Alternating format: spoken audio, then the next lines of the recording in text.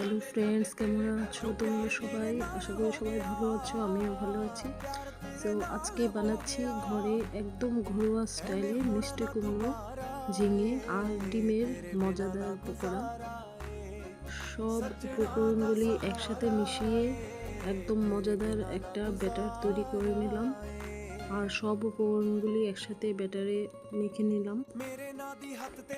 তারপর উপকরণগুলি ধীরে ধীরে কড়াইতে তেলে ভেজে নিলেই মুচমুচে পকোড়া একদম রেডি।